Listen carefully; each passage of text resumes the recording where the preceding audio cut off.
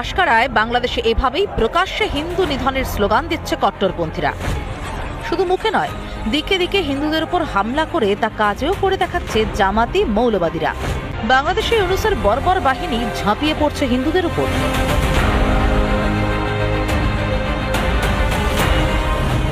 এবার বাংলাদেশে বন্ধুর বাড়ি ঘুরতে গিয়ে কট্টরপন্থীদের হামলায় গুরুতর জখম হয়ে দেশে ফিরতে হলো পশ্চিমবঙ্গের এক হিন্দুকে।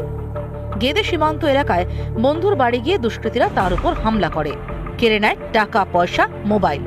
প্রতিকার পেতে বন্ধুর পরামর্শে থানায় লিখিত অভিযোগ দায়ের করতে যান ওই হিন্দু যুবক।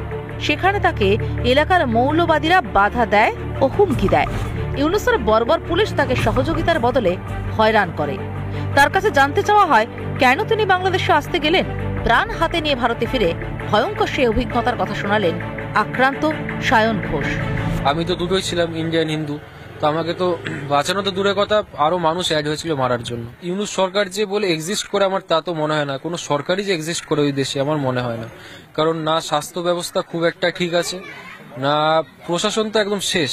ওরা একটা কথাই বারবার চিল্লাচ্ছিল আর মারছিল যে এ ইন্ডিয়ান, এ হিন্দু।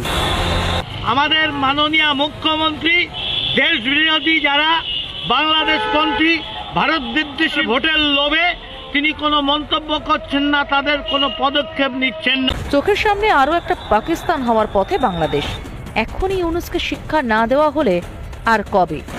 এটা বাংলাদেশের মৌলবাদী ভারত বিরোধীদের বুঝিয়ে দেওয়ার সময়। ভারত থেকে কাঁড়ি কাঁড়ি সাহায্য নিয়ে ভারত ও হিন্দু বিরোধী চক্রান্ত করা যাবে না। বয়কট বাংলাদেশের সূচনার এটাই সঠিক সময় নয় কি?